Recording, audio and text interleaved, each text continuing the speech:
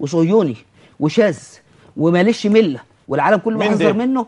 اسمه برنارد ليفي، ده اقرا عنه ومعايا فيديوهاته ومعايا كل حاجه عن حياته. في التحرير ده دمر مصر. يخلص من مصر. ادخل عليه، استنى يا استاذ ناجي، ده احنا ادخل عليه كده يا استاذ. انا عايش بلدي فين؟ ده كان حاطط ايده على كتفي. هقعد اغني اطبطب الاضاءه مش واضحه. اقعد ادافع عن حسني مبارك وادافع على خواطر الثوار الاحرار. لا هي قضيه شعب، قضيه وطن. ايوه، اما تقعد بقى تضيع لي الحلقه. لا يا فندم، انت والدكتور توفيق.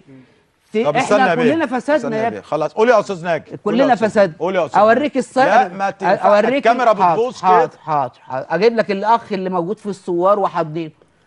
ده مين بقى الاول؟ ده مخطط الحروب الفيلسوف الصهيوني اللي كتب عنه كمان الاخوان المسلمين، اللي من اخطر خلق الله، اللي هجيبه لك مع قيادات، اللي كان مع الثوار ملازمهم يوم بيوم. حاطط ايده على كتفي. وريني كده. وعلى فكره على فكره ما هو انت ما تلومش عسكري الجيش، لان عسكري الجيش ما يعرفش، ما تلومش ست ام جلابيه. والنبي بيه عشان خاطر سيب الاستاذ ناجي يتكلم بقى. انتوا الكلام، انتوا الثقافه عندكم. اصبر بس شويه. بص لي يا عم الحاج، اما بص دي لقطه. قول يا عم ناجي. باينه لك، شايف كده جايبها الكاميرا كويس؟ في وسط المظاهرات في قلب مصر العامره يرفع العلم المصري الاسرائيلي، صديق جميع القيادات الاسرائيليه، المخطط الاول، المشترك اللي نازل مع جورج سورس يدمر العالم كله. دي صورة هو بيأمن على ليبيا، بيخلص على ليبيا مع العميل الليبي اللي انقسم وباع بترولها دلوقتي، مع معمر بكل هبل وكل جنانه في شغل عملاء شغالين. يعني وبعدين ما يجي واحد يسألني سؤال، هل الداخلية ضربت نار؟ ضربت نار، بس القناصة اللي غير معروفين الشكل جم منين؟ جم عن طريق الدكتور وبعض العملاء، ودخلوا وزارة الداخلية، سطح وزارة الداخلية عن طريق حسن عبد الرحمن. الداخلية ما اقدرش ادخل فوق سطح الداخلية واضرب. وفي فيديو هنا بيأكد لك ويقول لك احنا لو الداخليه والشرطه في اي بلد ما ضربتش احنا المفروض نضرب عشان نسيل الدماء. يعني ده كله ده في وسط ام جلابيه، الناس الغلابه. ليك يا دكتور، الناس اللي شافت يا اختي ايمان استني شوف العلم المصري، شوف الكارثه. قال له امسك العلم المصري، رفض يمسكه. مين ده؟ اللي هو الليبي، اللي هو لا ده شايل العلم وحضنه شايله الله يصلح حالك. شايله بس الله يصلح حالك. الله يصلح حالك. ده هو ده المخطط الله يصلح حالك بتاع السي اي اي. انت داخله على حاجه اسمها الثورات البنفسجيه الوقت، اللي هي الثورات على العقل. اسمعي بس يا استاذ، انا اقعد اسمع. دي صوره في قلب ميدان التحرير يا شباب، والراجل واقف حاضن الاعلام بيحب مصر. ليفي بيحب مصر. مين ليفي بقى تاني؟ ده بيسميه الفيلسوف الصهيوني، مخطط او مهندس الحروب في العالم، اللي بيرسم استراتيجياتها وكل كلماته ما يكتبه، ومخرج وفنان وشاعر ده صور مراته عاريه وتجري فيها وعملها في كتاب. ليس له مله ولا دين. حلو، ده موجود. اديني غيره. خد غيره واتفرج. هات الصوره يا عم ممدوح. المصري اللي حاضن ليفي موجود اهو. انا بسال سؤال في التحرير اهو. انا مش هغلط في الجيش. واقف في التحرير. استنى طول بالك انت. طول بالك لو سمحت يا عم ناجي. اتفضل. اهو واقف اهو، شاور بالسهم عليه في قلب ميدان التحرير وسط المظاهرات، وهو ينفذ الخطة التي وضعت اللي توفيق عكاشة قال عليها من 4 شهور. من كم؟ من 8 شهور. اهو قول يا عم ناجي كمل. لا اجيب لك، انا هجيب لك اكتر. شفت الستات حاضنين شايل العالم بحب؟ ايوه انت جبت لنا دي قبل كده. شفت دي؟ حاضر نجيب لك غيره. ده بقى هنا ده ليبيا. دي في ليبيا هو واقف سائر وكده وبيطلع المنصه وبيكتب في الجماهير يحمسهم. طبعا هو قاعد هنا مع اسمه ايه، مع نتنياهو. مع نتنياهو. طب هو فين؟ ده دي صوره نتنياهو بس. هو هنا طالع حاضن العسكري المصري. استنى يا حبيبي.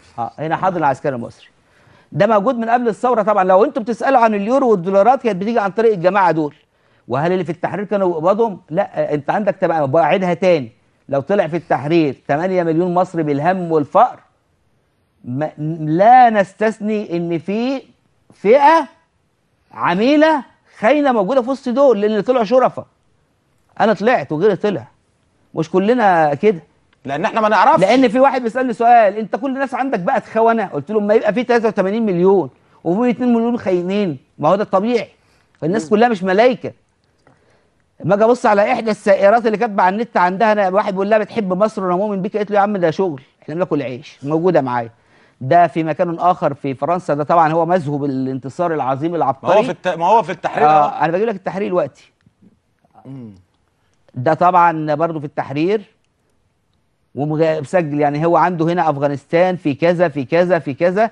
وطبعا هنا قام اعلن صرح ان هو اللي كان بيمول الثوار بالمون والاكل والشرب وغيره. ده الاخ ليفي حاضن الجنود اللي موجود قدام الامن وقدام الشرطه وقدام الجيش. انا ما بتهمش لا الجيش ولا الشرطه، الجيش كتر خيره والشرطه. انا فين المخابرات المصريه اللي كان في السويس ممسوك يهودي، وفي اسكندريه ممسوك 3 ويهود ولابسين نقاب ونازلين في وسط الناس؟ ده شغل. غيره يا عم ناجي كمل. المخابرات المصريه فين يا جماعه؟ ده مع الاخوه الاعداء طبعا بعد بيخلص في ليبيا طبعا هناك اهوت. طبعا هنا في اسرائيل طبعا شبابه كله من طفولته عايش في الليله دي. طبعا هنا مع المجندين الليبيين اللي هم الثوار ويمدون بالاسلحه. ده ماليش دعوه بالموزس.